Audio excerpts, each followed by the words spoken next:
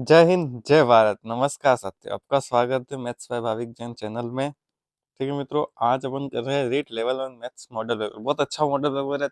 30 question है, proper pattern के हिसाब से, सिलेबस के हिसाब से आप करना, मजा आएगा। और नहीं आए तो आप क्वेश्चन देखना मित्रों। ठीक है मित्रों, बहुत अच्छा मॉडल पेपर आपके लिए बनाया मैंने, खुद मेहनत करके प्रश्न लिया। एक एक टॉपिक से अच्छे अच्छे प्रश्न, आपका कॉन्सेप्ट क्लियर हो, आपकी प्रैक्टिस हो। और इसकी पीडीएफ चाहिए तो मुझे आप कमेंट करना।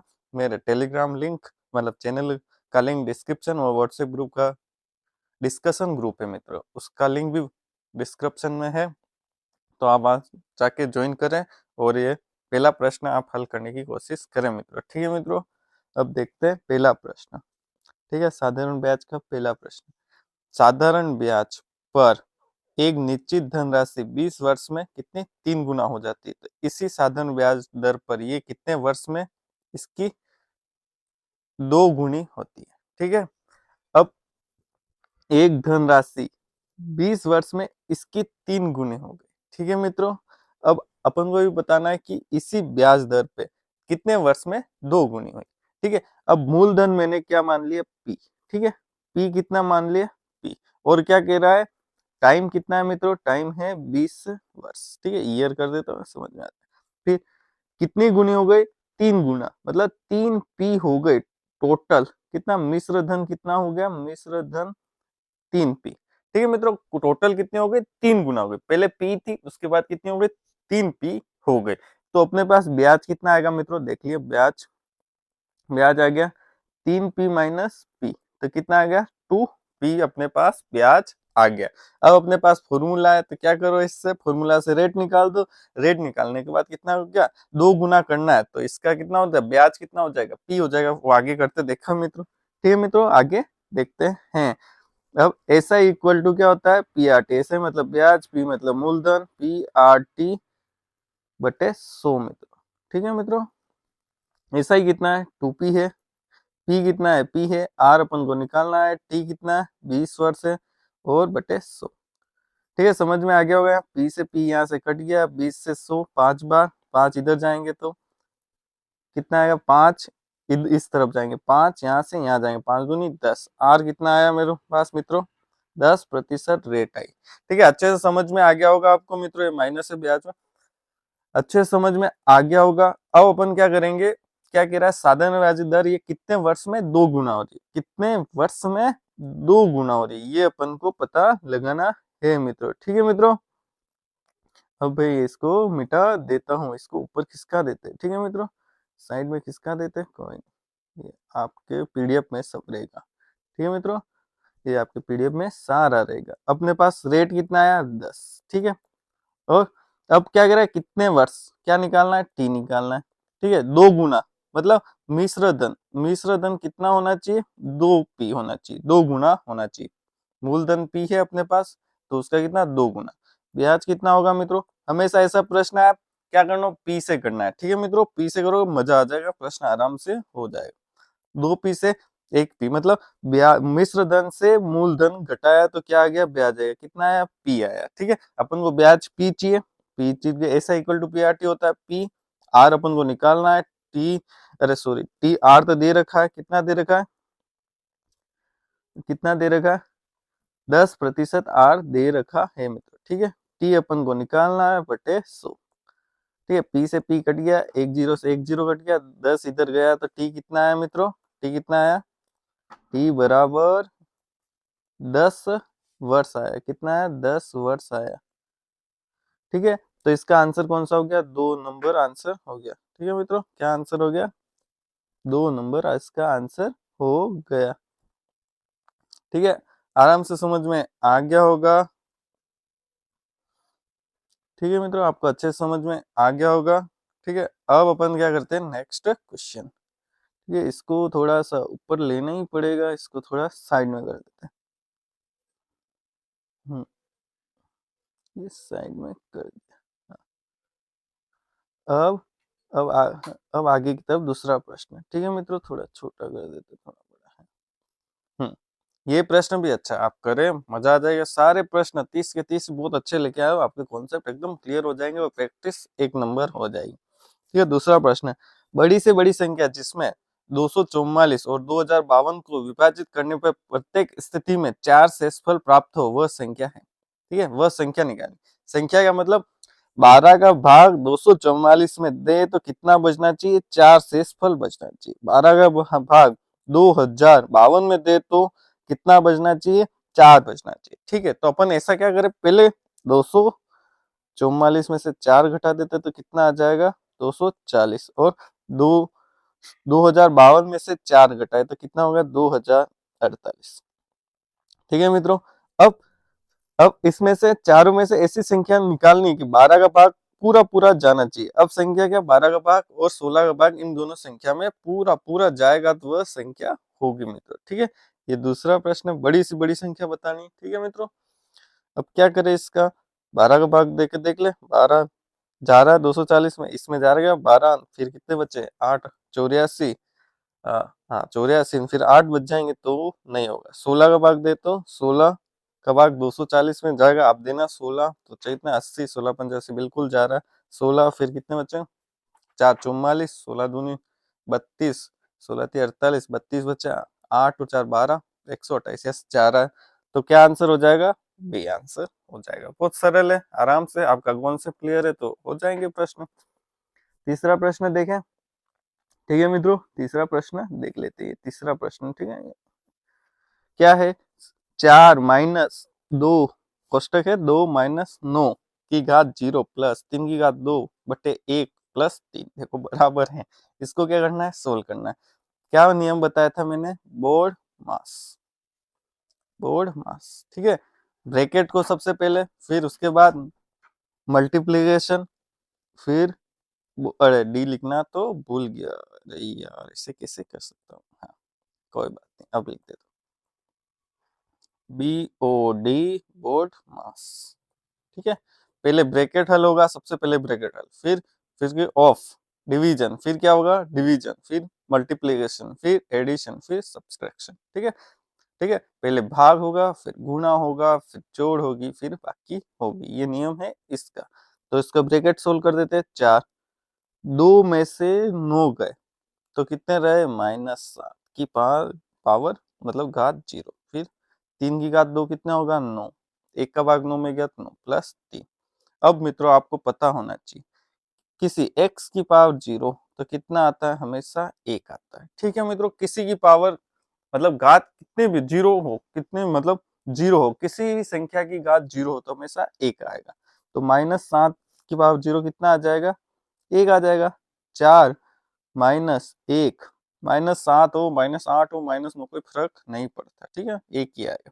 माइनस पहले का है। ठीक है, प्लस 9, 9 और 3 कितना हो जाएगा मित्रों? बताओ जल्दी बताओ। 12। ठीक है, फिर 12 और 4 16, 16 में से 1 गए तो 15। कितना आंसर हो गया? 15। ठीक है मित्रों, अब आपको बताना है कि क्या आपके कितने राइट हुए, मतलब 30 में से आपके कितने राइट हो। और कोई क्वेश्चन में आपके ऑब्जेक्शन हो तो आप मुझे कमेंट करें, व्हाट्सएप ग्रुप में मैसेज करें, कुछ भी कर सकते हैं। ठीक है, टेलीग्राम में भी मैसेज कर सकते हैं। तो ठीक है, कोई में अपन डिस्कशन आराम से कर लेंगे। अब चौथा प्रश्न है आपके सामने। संख्या, इतनी बड़ी संख्या में 7 6 9 के स्थानीय मानों का योग बराबर है। बहुत सरल है, 9 है, 9 का स्थानीय मान 9 के बाद कोई संख्या है? नहीं, तो 9 डायरेक्ट लिख दो। मतलब देखिए मित्रों, 6 है, 6 ये रहा, 6 के बाद कितनी संख्या है? 6 के बाद 1 2 3 4 संख्या है तो 4 जीरो लगा दो तो स्थानीय मान आ गया। ठीक है मित्रों, फिर क्या है? 7, 7 के बाद 7 यहाँ लिख देते हैं। कितनी संख्या? 1 2 3 4 5 6 संख्या, तो 6 जीरो लगा दो। कितने लगा दो? 6 जीरो लगा दो। 1 2 3 4 5 6।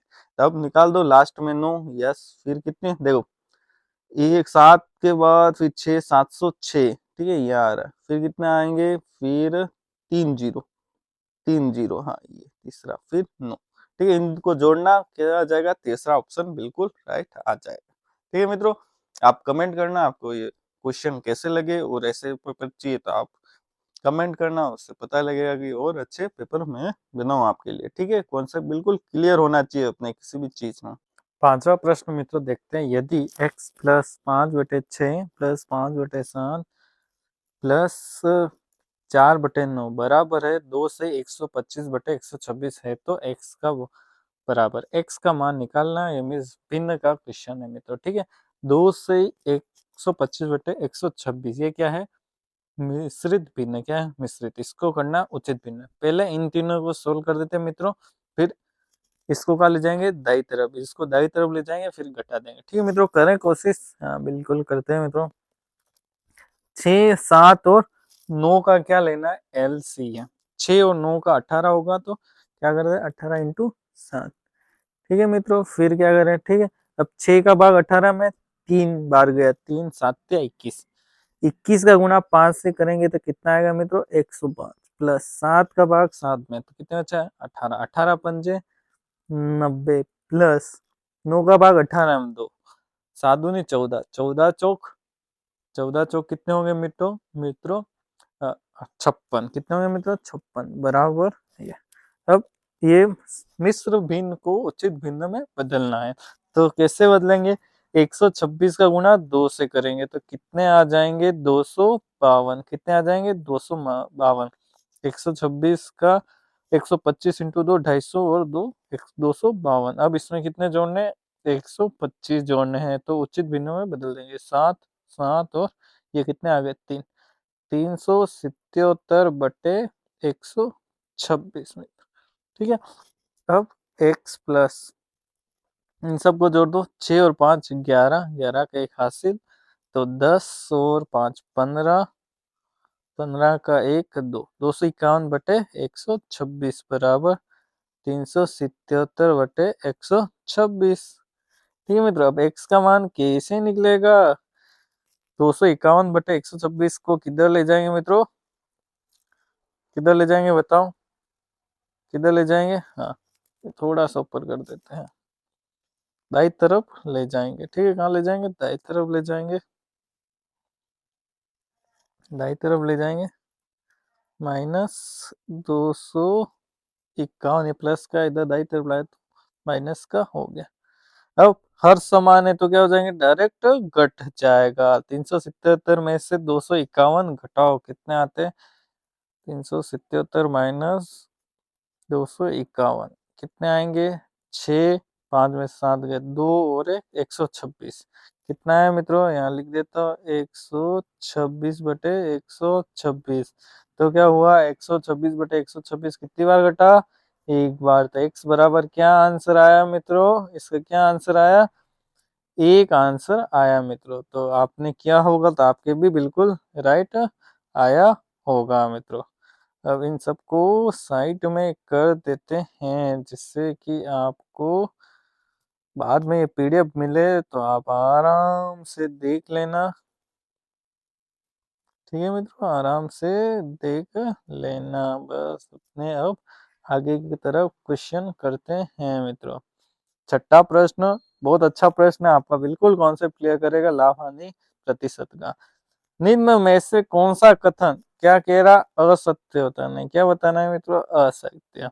हमेशा छूट किस पे मिलती है ये पता होना चाहिए, किस पे मिलती है, किससे मिलती है मित्रों, अंकित मूल्य पे हमेशा छूट मिलती है, और माइनस क्या होगा, विक्रय मूल्य। बिल्कुल राइट है। देखो मित्रों, अंकित मूल्य पे क्या मिलता है, डिस्काउंट मिलता है, बट्टा मिलता है, जिसको घटा देंगे विक्रय मूल्य में से, अंकित मूल्य से विक्रय मूल्य घटा दिया तो आपके पास छूट आ जाएगी।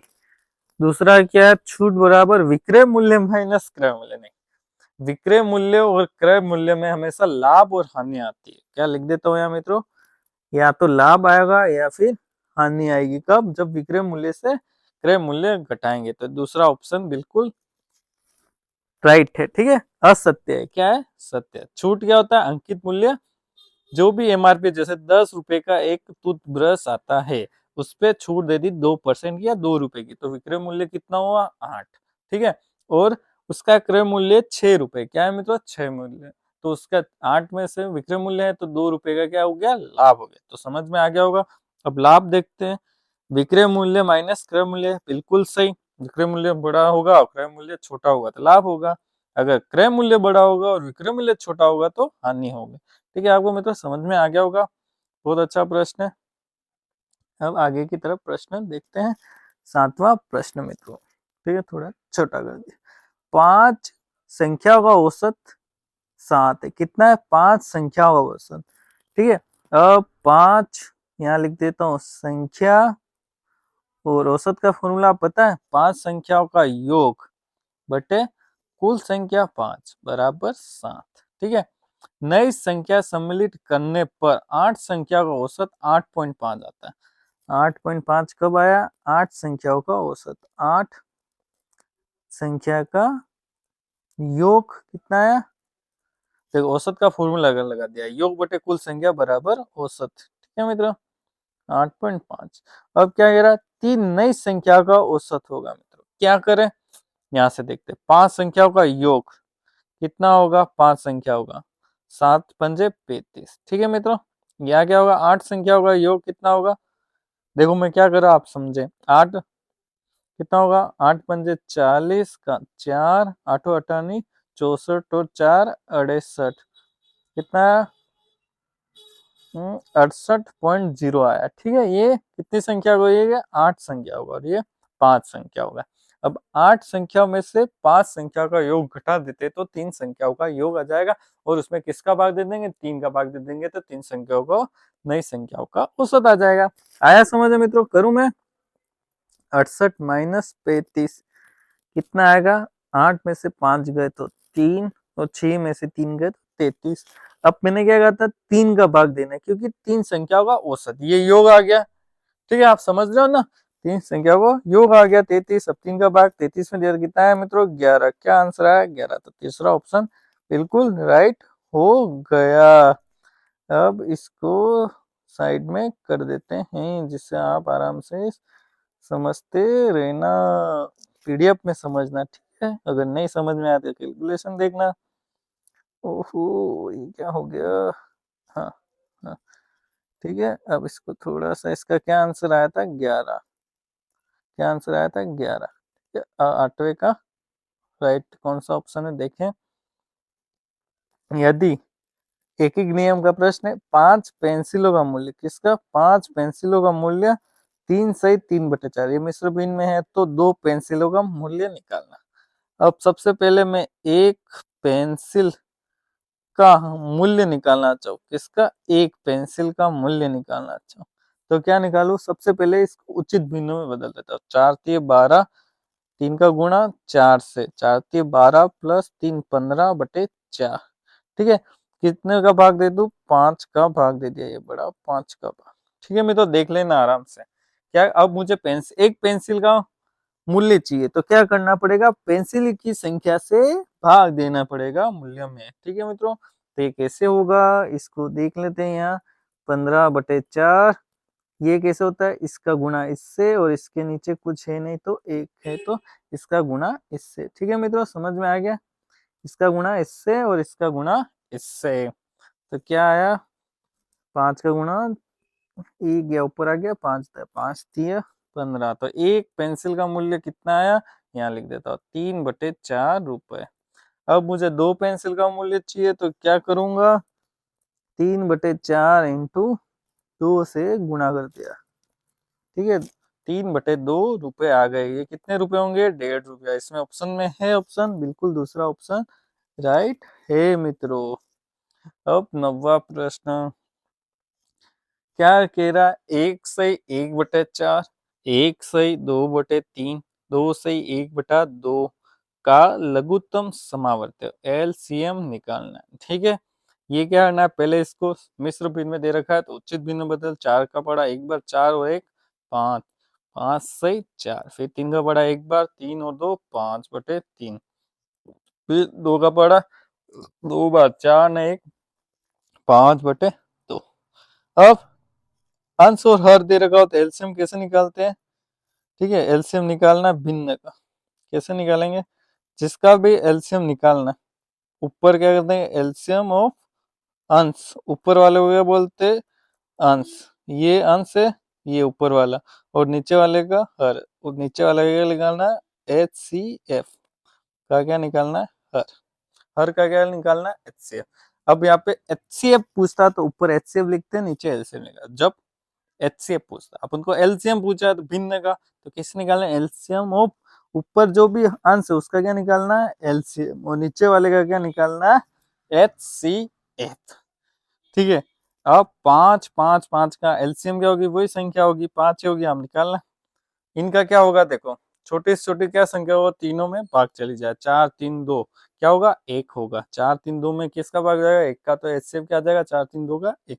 तो क्या आंसर आया 5/1, तो क्या आंसर आया 5, तो कौन सा ऑप्शन राइट हो गया, दूसरा ऑप्शन राइट हो गया मित्रों। ठीक है, हाँ, इसको साइड में कर देते हैं। ठीक है, अब 10वां प्रश्न आपके सामने है, देखे पढ़े। निम्न में से कौन सी भिन्न सबसे छोटी, कौन सी सबसे छोटी, लिख दू चारों, कैसे पता लगाएंगे, दो दो का कंपेरिजन करना पड़ेगा, तुलना करनी पड़ेगी। सबसे पहले इन दोनों कर देंगे, कैसे करेंगे, क्रॉस मल्टीप्लाई कर देंगे, क्या कर देंगे क्रॉस गुणा व्रज गुणा, 11 गुणा 24 से 44, 4 11 दूनी 22 और 4 26, 264 और 250, कौन बड़ा हो गया इनमें से 264, तो 24 और 24/25 और 3900 का कंपैरिजन करना, इसमें वापस क्रॉस गुणा, 100 का गुणा 24 से 2400, 25 का गुणा 39 से, तो कैसे निकालेंगे, 25 का पहाड़ा 9 बार 225, 22 हासिल, 25 दिया 75, 75 और 22 कितने होंगे, 22 और 75 97, तो कौन बड़ा होगा 24/25 बड़ी है। अब इसको क्या करें वापस से, हाँ, इसको साइड में ले लेते हैं। ठीक है, 24/25 का कंपैरिजन करना है किसके साथ मित्रों, किसके साथ करना है, देख देता हूँ चौथे वाले के साथ। अब इनमें से जो भी बड़ी आई वो इसमें से बड़ी होगी, सबसे बड़ी, ओहो मित्रों चक्कर पड़ गया, अपन को सबसे छोटी निकालनी है मित्रों, वापस से लेके आऊं उनको, उनमें से दोनों में से सबसे छोटी कौन सी थी, तो वो सबसे छोटी हो जाएगी। ठीक है मित्रों, हम्म, सब छोटी लेनी थी, अरे मित्रों क्या हो गया, हाँ उसको जमा देता हूँ सबसे छोटी, ऐसे पता नहीं लगेगा, कोई नहीं, अपन ने जो भी सीखा अच्छी बात है। ठीक है मित्रों, हाँ जो भी सीखा है वो देख लेते हैं, हाँ इसको क्या करें, हाँ हाँ एक एक को देखते हैं। पहले वाले में छोटा कौन था, 10/11 छोटा था, ठीक है 10/11 छोटा था। अब 10/11 का 29/100 से करना पड़ेगा। ठीक है मित्रों, ये मिटा देता हूँ, कोई बात नहीं, अपन ने थोड़ी मिस्टेक कर दी, देखो परीक्षा में भी ऐसी गलती हो सकती है आपसे, ध्यान रखे गलती होनी नहीं चाहिए। अब 10/11 और किसका लेना 29/100 का, ये कितना हुआ, इसका गुणा इसके साथ, इसका गुणा इसके साथ, तो कितना हुआ 1000 और 11 99 का 9 हासिल, और 11 दूनी दिया 33, 33 और 9, 33 और 9, 2 बज गए तो 43, तो कौन बड़ा है छोटा, ये छोटी है, कौन सी 29/100 छोटी है। अब 29/100 और किसका लें 68/69 का, इसका गुणा इसके साथ करें और ये कितना आ जाएगा 6800। ठीक है मित्र, इसका गुणा इसके साथ, इसका गुणा इसके साथ, अब इसका गुणा तो करना ही पड़ेगा, 69 और 39 का गुणा, 90 90 81 का 8, 9 छंग 54, 54 और 8, 54 और 8 कितने होंगे मित्रों, 54 और 8 62, क्रॉस गुणा या 621 और क्रॉस गुणा 9 27, 27 का 2 हासिल, 6 18, 18 और 2 20, तो कितना है 1 और 7 और 2 9, 6 और 26 इक्याणु, क्या है 26 इक्याणु। ठीक है, तो कौन बड़ा है, ये बड़ा है, तो छोटी कौन हुई 29/100। तो कौन सा आंसर राइट हो गया, सी वाला। ठीक है, ये सबसे शॉर्ट ट्रिक है। अपन ने पहले बड़ा वाला देख लिया था, दोनों चीज सीख गए अपन। एक ही प्रश्न है, सबसे बड़ा हो तो क्या करना है, छोटा हो तो क्या करना है, दो दो का कंपेरिजन करके चलना है मित्रों। अब करते हैं अगला क्वेश्चन। ठीक है मित्रों, अगला क्वेश्चन करते हैं, देख लेना आप। हाँ, अगला क्वेश्चन करते हैं। अब 11वां प्रश्न, बहुत सरल प्रश्न है। देखे, निम्न में से पूरक कोण का युग्म है।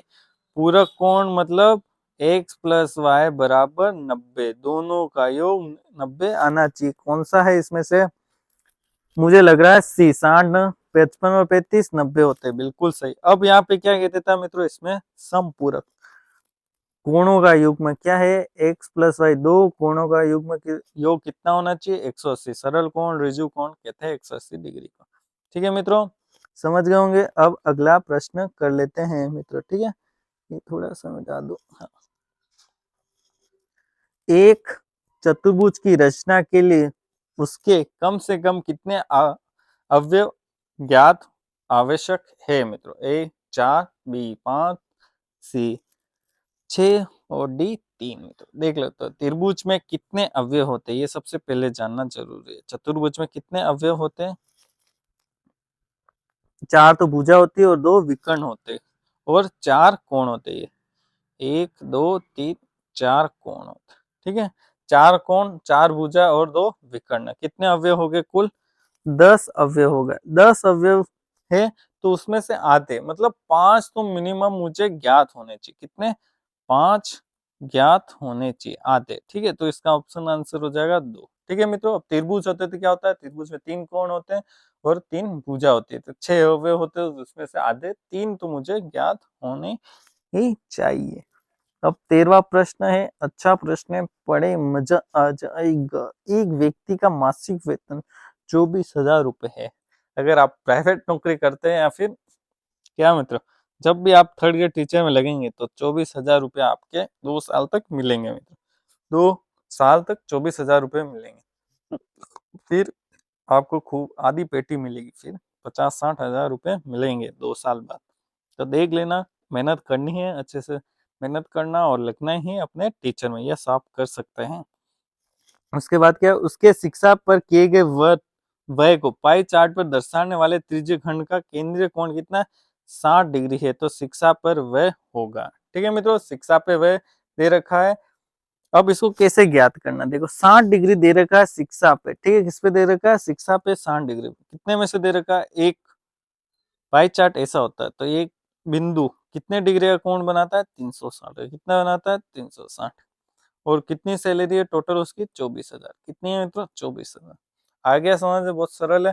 केंद्रीय कोण कितने डिग्री का, 60 डिग्री का, टोटल 360 है। कितने में से निकालना है, 24,000 में से। एक जीरो में से एक जीरो कट गया, 6 में से 36, 6 चौक 24 और 3 जीरो। कितने रुपए निकालता है वो शिक्षा पे, 4,000 रुपए। अब है 15वां प्रश्न मित्रों। 15वां प्रश्न है आपके सामने। ठीक है, बहुत अच्छा प्रश्न, आप पढ़े और समझने की कोशिश करें। ठीक है मित्रों, अच्छा प्रश्न देखें।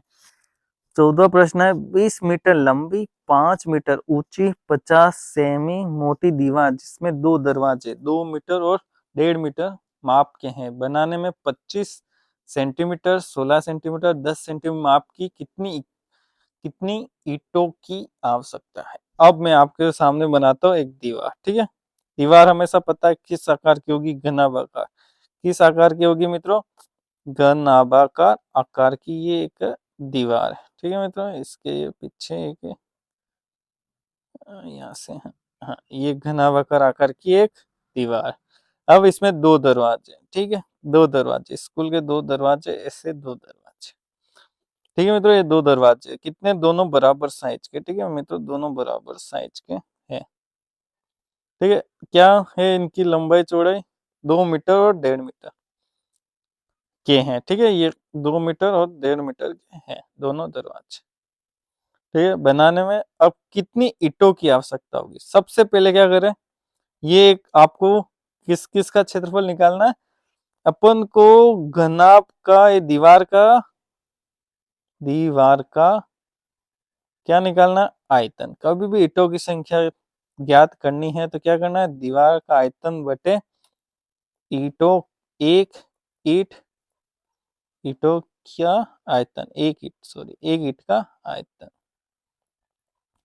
ठीक है, एक ईंट का आयतन निकालना बराबर n, कितनी ईंटें चाहिए। ठीक है मित्रों, अब दीवार का आयतन कैसे निकालेंगे, थोड़ा आप दिमाग लगा कैसे क्या होगा।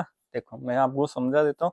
मैंने आपके साथ ये चित्र बना दिया, क्या बना दिया, एक चित्र बना दिया है आपके सामने। ठीक है, चित्र आपके सामने है ये, और इसमें ऐसा करना है। देखो, जो भी दीवार है, अगर मुझे क्या दीवार की ये वाला सामने वाले पृष्ठ का मुझे क्षेत्रफल दिख जाए, जो आपके दीवार है उसके सामने वाले पृष्ठ का क्षेत्रफल पता लग जाए, तो मुझे उसका आयतन निकालना बहुत सरल पता लग जाए। आयतन होता क्या, क्षेत्रफल इंटू ऊंचाई, क्षेत्रफल इंटू ऊंचाई।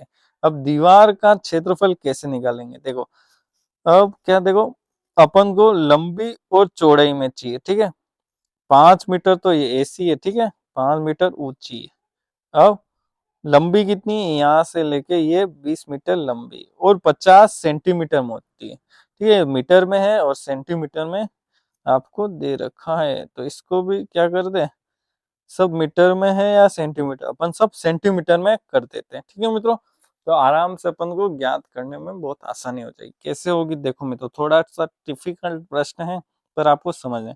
अब पहले इसका क्षेत्रफल निकाल देते हैं, दीवार का क्षेत्रफल, पूरे दीवार का। ठीक है, पूरे दीवार का क्षेत्रफल कितना होगा, 20 × 5, इसको 20 × 5 कितना हो जाएगा, 100 मीटर स्क्वायर। ठीक है, अब माइनस दीवार का क्षेत्रफल माइनस क्या करना पड़ेगा, दो दरवाजों का क्षेत्रफल माइनस करना पड़ेगा। ये दो दरवाजों का क्षेत्रफल माइनस कर देंगे तो अपने पास मतलब दीवार के घनाभ का मतलब दीवार का आयतन आराम से निकाल देंगे। जहाँ दरवाजे हैं वहां तो ईंटें लगानी नहीं है। ठीक है मित्रों, जहाँ दरवाजा है वहां ईंट लगानी नहीं, उसका अपन को ईंट लगानी है नहीं है, तो वहां का क्षेत्रफल चाहिए ही नहीं और ना वहां की आयतन चाहिए वहां का। तो क्या करेंगे, दो दरवाजे तो क्या कर देंगे, 2 मीटर इंटू कितना, 1.5 मीटर है तो कितना होगा, ये यहाँ से गुणा कर दो, 1.5 × 2 3, 3 दूनी 6, 3 दूनी 6 कहाँ से आया, समझ में आ गया मित्रों। एक दरवाजे का क्षेत्रफल है 3 मीटर स्क्वायर, तो दो दरवाजे का हो गया 6 मीटर। ठीक है, माइनस कर दिया तो कितना आया, 94, 94 मीटर स्क्वायर। ठीक है मित्रों, समझ में आ गया आपको। अब अपने पास कितना है, 94, 94 मीटर स्क्वायर क्या है, क्षेत्रफल है। क्षेत्रफल है, इसी का मुझे क्या निकालना, आयतन निकालना है। तो इससे लंबाई से या मोटी दीवार जितनी है 50 सेंटीमीटर से गुणा कर देता हूँ इस सूत्र में रख के। ठीक है, ठीक है मित्रों, समझ में आ गया आपको। अब इस चित्र को थोड़ा सा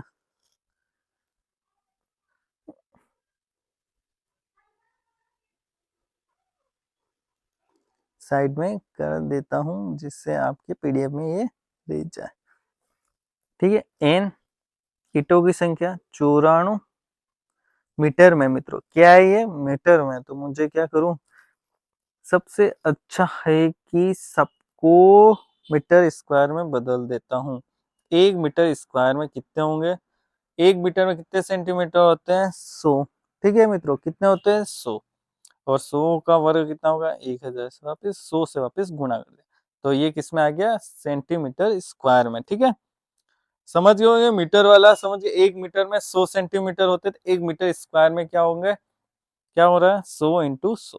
ठीक है, कितने आ जाएंगे, 10,000 सेंटीमीटर स्क्वायर आ जाएंगे। ठीक है, समझ में आ गया। अब मोटी कितनी है, कितनी मोटी है, 50 सेंटीमीटर। सबको मैंने सेंटीमीटर में बदल दिया। ठीक है मित्रों, 25 फिर इंटू 16 × 10। अगर कोई प्रश्न आपको समझ में नहीं आया तो आप कमेंट करना, मैं अलग से समझा दूंगा। ठीक है, अब 25 भाग 100 में 4 बार, 4 का भाग 16 में 4 बार, 1 का 0 कहाँ से काटे, इसको काट देते।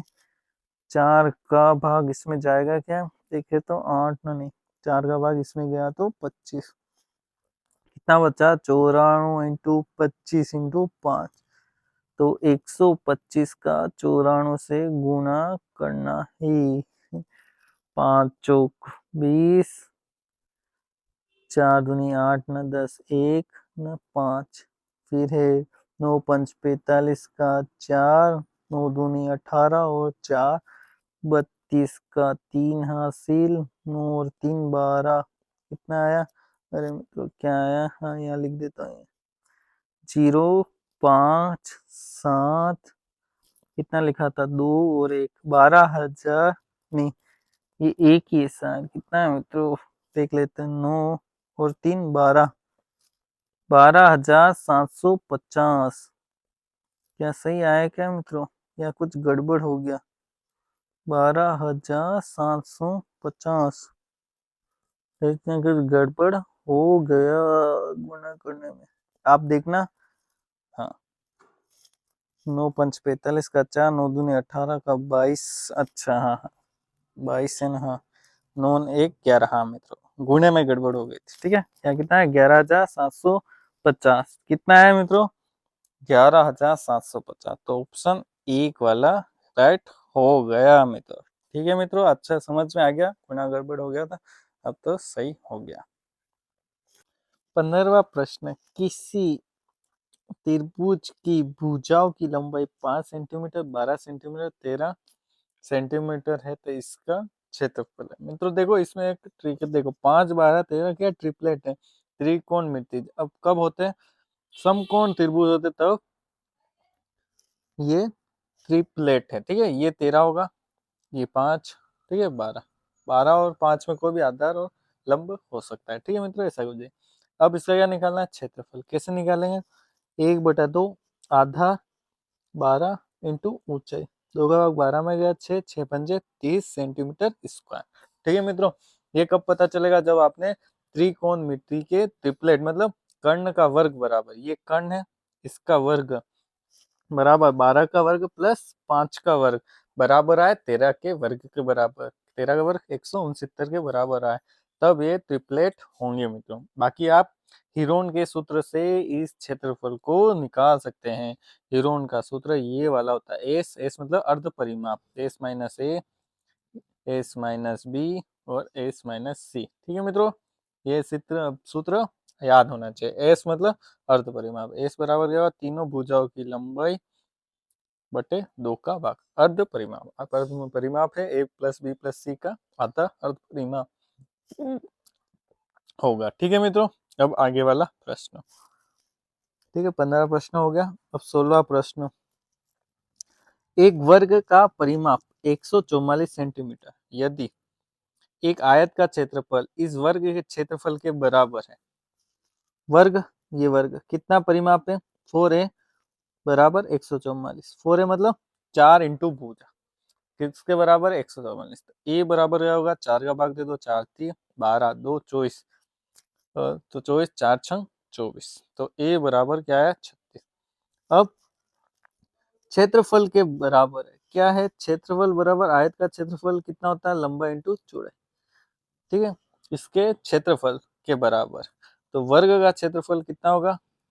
वर्ग का क्षेत्रफल 36 इंटू 36। ठीक है, भुजाग्राम में 36 आ गए, 36 इंटू 36। ये अब इधर आयत का चल रहा है। ठीक है, आयत, उधर वर्ग का चल रहा था, तो 36 इंटू 36 बराबर एल, लंबाई दे रखी 180 इंटू चौड़ाई निकालनी। क्या निकालनी मित्रों? चौड़ाई। फिर क्या पूछा? आयत और लंबाई और चौड़ाई का अंतर। ठीक है, चौड़ाई निकाल दो, फिर आयत में से घटा दो, जो बड़ा उसमें से घटा दो।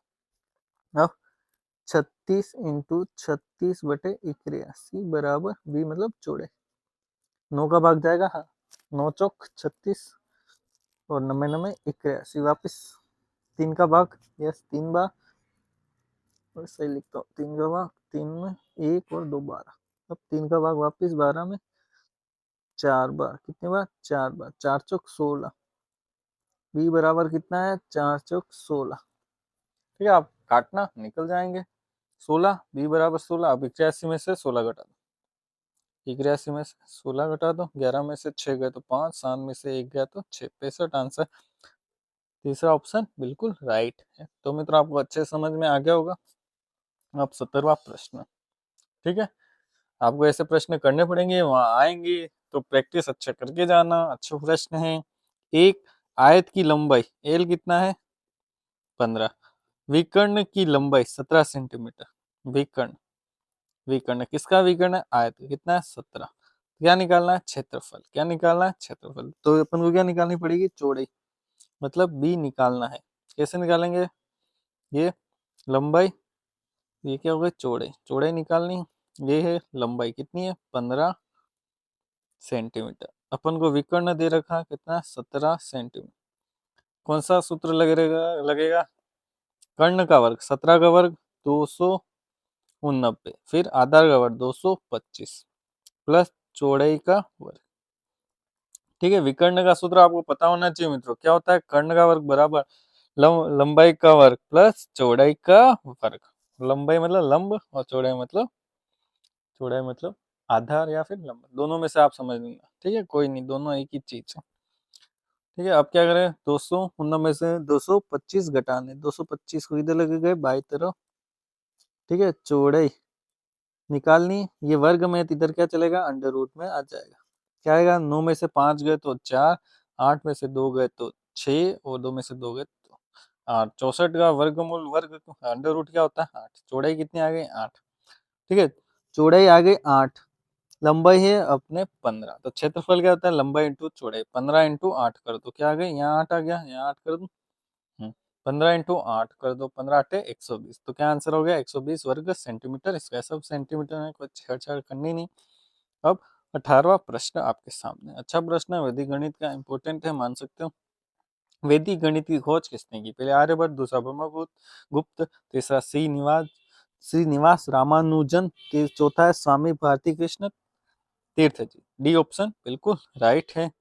अब 19वां प्रश्न आपके सामने है। अच्छा प्रश्न देखें। एक आयताकार खेत की लंबाई 20 मीटर, चौड़ाई 15 मीटर है। अब वर्ग सेंटीमीटर में मैदान का क्षेत्रफल क्या होगा?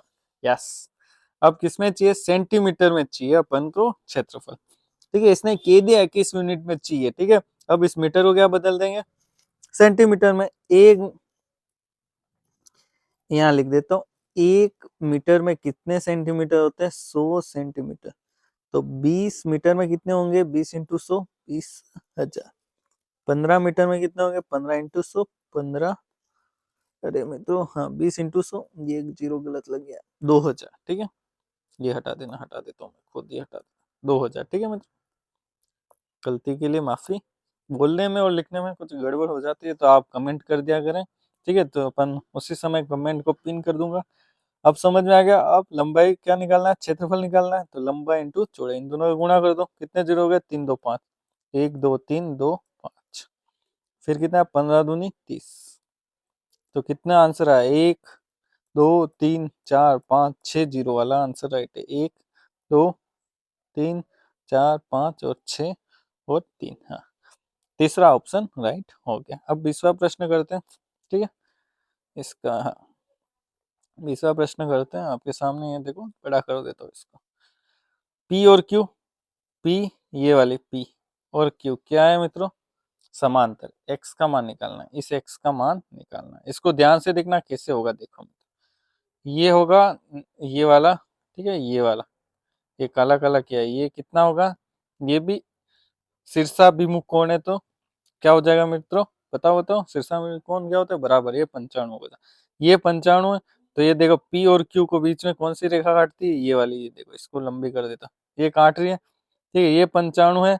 तो कौन सा? देखो, जेड बन रहा है। ये यहाँ से स्टार्ट करूँ, ये जेड बन रहा है। ठीक है, ये कोण कितना हो जाएगा? 95 का। ये भी 95 एकांतर कोण है। ठीक है, ये कोण वापस से मिटा देता हूँ एक बार। आपको अच्छे से पता होना चाहिए मित्रों, समझ में आ जाना चाहिए। ठीक है मित्रों, अब मेरी कोशिश यही रहेगी कि ये 95 है। ठीक है, अरे यार, वापिस से सही बना दूं, थोड़ी सी आ रही है। हाँ, बिल्कुल साफ होगा, इतना अच्छा। ठीक है, ये 95। ठीक है, ये भी 95। ये क्या होगा? ये यहाँ तक, ये भी क्या होगा? 95 होगा। ठीक है मित्रों, पतला पतला लिख रहा हूँ, देखना आप। ये भी 95 होगा। ठीक, क्यों होगा? एकांतर कोण। क्या होगा? एकांतर कोण। ये 30 है तो ये भी कितना होगा? 30 होगा। कितना होगा? एक मिनट, इसका लाइन खींच देता हूँ यहाँ से। ये कितना होगा 30 डिग्री होगा। ये 95, अब मुझे निकालना है x, ठीक है। 30 कैसे हुआ, शीर्षाभिमुख, सुन लेना, शीर्षाभिमुख, ठीक है। 95 है। अब P वाली रेखा क्या है, एक सरल रेखा, कितने बनाती है, 180 का कोण बनाती है। तो अपन 180 में से 95 माइनस 30 बराबर क्या आ जाएगा, x का मान तो कर दो, 90, 90 5 95, 85, 85 में से वापिस 60, 55, क्या आंसर है, x का मान क्या है 55, तो ऑप्शन एक राइट हो गया। तो आपको भी तो समझ में आ गया होगा, नहीं समझ में आया तो बता देता हूँ। ये 95, सबसे पहले ये 95, इसके इधर शीर्षाभिमुख कोण, फिर एकांतर कोण यहाँ से यहाँ बी, ठीक है। तो और फिर ये 30 है तो इधर भी 30, क्योंकि ये शीर्षाभिमुख कोण है। पी एक सरल रेखा है तो 180 से 95 और 30 घटा दिए। अब आपके टीचिंग मेथड ये प्रश्न है, देखें आराम से करें, बहुत सरल है। अब एक एक बढ़ते और करते हैं। गणित की प्रकृति में संदर्भ में निम्नलिखित में से कौन सा कथन सही है। पहला ऑप्शन है, गणित एक सृजनात्मक विषय, बिल्कुल राइट है, इससे भी अच्छा मिल जाता है। गणित केवल संख्याओं का अध्ययन है, केवल कह दिया तो अपन मान सकते हैं, केवल कह दिया तो थोड़ा हो नहीं सकता है, ठीक है। गणित में तार्किक सोच की आवश्यकता नहीं होती, ये तो बिल्कुल ही गलत होती है। गणित एक सैद्धांतिक विषय जिसका व्यवहारिक जीवन में कोई संबंध नहीं। क्यों संबंध नहीं है मित्रों, है हर चीज से संबंध है। गणित तो तार्किक है और हर जगह संबंध है। तो कौन सा ऑप्शन राइट होगा, ए वाला, ठीक है। वो बाकी 23वां प्रश्न, ठीक है मित्रों, पाठ्यक्रम में गणित को किस उद्देश्य में शामिल किया गया। पहला ऑप्शन, केवल परीक्षा में अंक प्राप्त करने के लिए, छात्रों की तार्किक और विश्लेषणात्मक क्षमता विकसित करने के लिए, गणितीय सूत्रों को रखने के लिए, केवल प्रतियोगिता परीक्षाओं की तैयारी के लिए। तो मुझे कौन सा अच्छा लग रहा है, सबसे बढ़िया अच्छा क्या, छात्रों में तार्किक और विश्लेषणात्मक क्षमता विकसित करने के लिए, ठीक है। बी वाला ऑप्शन बिल्कुल राइट। अब 24वां प्रश्न देखते हैं, गणित की भाषा के संदर्भ में निम्नलिखित में से कौन सा कथन सही है, ठीक है, सही वाला बताना है। गणित की भाषा केवल संख्याओं तक सीमित है, नहीं, ठीक है। गणित की भाषा सार्वभौमिक और प्रतीकात्मक होती है, ठीक है। सार्वभौमिक मतलब सब जगह है फैली हुई है, और प्रतीकात्मक हर चीज का प्रतीक, ये सही है। गणित की भाषा केवल अंग्रेजी में होती है, नहीं। गणित की भाषा समझने के लिए किसी विशेष ज्ञान की आवश्यकता नहीं होती, होती है बिल्कुल, भाषा समझने के विशेष ज्ञान होगा तो ही पता चलेगा। तो बी वाला ऑप्शन बिल्कुल राइट है मित्र। हाँ, ये थोड़ा सा इसको क्या करें, छोटा कर देते तो एक में प्रश्न आ जाएगा। हाँ, सामुदायिक गणित का उद्देश्य क्या है, केवल स्कूली शिक्षा तक सीमित रहना, गणित की दैनिक जीवन और समुदाय की समस्या से जोड़ना, केवल उच्च स्तरीय गणितीय शोध को बढ़ावा देना, गणित के को केवल पाठ्य पुस्तकों तक सीमित रखना, नहीं। बी वाला ऑप्शन राइट होगा, दैनिक जीवन और समुदाय से जोड़ना। अब आगे वाला प्रश्न देखते हैं। डेटा प्रबंधन मतलब आंकड़ों का प्रबंधन के संबंध में निम्नलिखित में से कौन सा कथन सही है। डेटा प्रबंधन केवल कंप्यूटर विज्ञान से संबंधित है। बी है, डेटा प्रबंधन में डेटा संग्रह, विश्लेषण और प्रस्तुतिकरण शामिल है। डेटा प्रबंधन गणित से संबंधित नहीं है। डेटा प्रबंधन केवल वैज्ञानिक शोध तक सीमित है। तो क्या है, डेटा प्रबंधन, डेटा का संग्रह, विश्लेषण और प्रस्तुतिकरण शामिल है, ठीक है। बी वाला ऑप्शन बिल्कुल राइट है, ठीक है, ताकि किसी न किसी में गलती होगी, ठीक है। आप देख लेना। और 27वां प्रश्न बहुत अच्छा प्रश्न है, आप पढ़े मजा आ जाएगा, आप करें, ठीक है मित्रों। अच्छा है, आप पहले आंसर देख ले, अच्छे से पढ़े, पॉज कर दे। औपचारिक मूल्यांकन के संदर्भ में निम्नलिखित में से कौन सा कथन सही।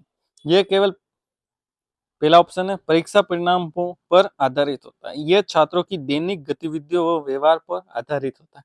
यह केवल प्रोजेक्ट कार्यों पर आधारित होता है। ये केवल मौखिक प्रश्नों पर आधारित होता है। आप बताएं क्या होगा इसका आंसर, ठीक है। औपचारिक मूल्यांकन, सबसे पहले औपचारिक का मतलब पता होना चाहिए क्या होता है, ठीक है। इसका आसन, इसमें आपको कुछ लगे तो आप कमेंट करना, बाकी मैंने पता किया है जब से, तो मतलब मैंने पता किया, मैंने विचारों से मतलब किताबों में से पढ़ के मुझे जब तक मिला है, तो इसका आंसर ये है, ए वाला ऑप्शन राइट है। ये केवल परीक्षा परिणामों पर आधारित हो। औपचारिक मतलब जो अपने स्कूलों में होता है ना, लास्ट में परीक्षा, वो होती है औपचारिक। अनौपचारिक होता है सीखने का आकलन, ठीक है, सीखने के लिए, सीखने का आकलन और सीखने के लिए आकलन, दो आकलन होते हैं, ठीक है। सीखने के लिए आकलन मतलब हमेशा चलता रहेगा, सीखने का आकलन मतलब लास्ट में इसका रिजल्ट आएगा जो पेपर पेंसिल से होता है। औपचारिक मूल्यांकन ये परीक्षा परिणाम पर आधारित होता है। ठीक है मित्रों, इसका ऑप्शन ए राइट है। आपको कुछ भी डाउट हो तो मैसेज करना, कमेंट करना, अपन बिल्कुल बात करेंगे, चर्चा करेंगे। गणित शिक्षण में आने वाली समस्याओं में से कौन सी एक मुख्य समस्या?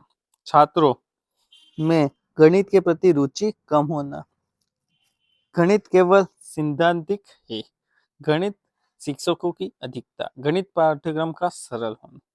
सबसे मुख्य समस्या ये है कि छात्रों के गणित के प्रति रुचि कम होना, ये मैंने देखा हुआ है और ये सही में एक मुख्य समस्या है। ठीक है मित्रों, 28वां प्रश्न, त्रुटि विश्लेषण का मुख्य उद्देश्य क्या है? छात्रों की गलतियों को दंडित करना, ये नहीं। छात्रों की गलतियों के कारण समझना और उन्हें सुधारने में मदद करना, हाँ ये हो सकता है। केवल गलत उत्तरों को चिन्हित करना, नहीं। छात्रों की त्रुटियों को अनदेखा करना, ये भी नहीं। बी वाला ऑप्शन बिल्कुल राइट है। अब 29वां प्रश्न देखते हैं। नैदानिक शिक्षण का उद्देश्य है छात्रों की कमजोरियों को पता लगाना, केवल प्रतिभाशाली छात्रों पर ध्यान केंद्रित करना, सी छात्रों की को अधिक गहरे कार्य देना, डी है छात्रों की त्रुटियों को अनदेखा करना। क्या करना? नैदानिक और निदानात्मक एक ही चीज है, लिखने लिखने का फर्क है। निदानात्मक निदानात्मक ये कौन सा? ए वाला ऑप्शन है, छात्रों की कमजोरियों की पहचान करना। तीसरा प्रश्न और लास्ट प्रश्न, आज का मॉडल पेपर खत्म हुआ। गणित शिक्षण में निम्नलिखित में से कौन सा पहलू सबसे महत्वपूर्ण है? छात्रों को सूत्र रटना सिखाना, नहीं। छात्रों में समस्या समाधान कौशल विकसित करना, केवल पाठ्य पुस्तकों पर ध्यान केंद्रित करना, छात्रों को अधिक परीक्षा देना। क्या हो? बी वाला ऑप्शन बिल्कुल राइट है। क्या है मित्रों? छात्रों में समस्या समाधान कौशल विकसित करना मित्रों। ठीक है, अब क्या करना है आपको? ये पीडीएफ चाहिए तो व्हाट्सएप के क्या डिस्क्रिप्शन है उसमें लिंक दे रखा है, टेलीग्राम व्हाट्सएप ज्वाइन करें और वहां से प्राप्त करें। इसको पहले खुद करें फिर आंसर मिला। क्या करना है मित्रों? आपको सब्सक्राइब करना है। ठीक है, सब्सक्राइब करना है और लाइक करना है, शेयर करना है। और वीडियो देखने के लिए बहुत बहुत धन्यवाद मित्रों।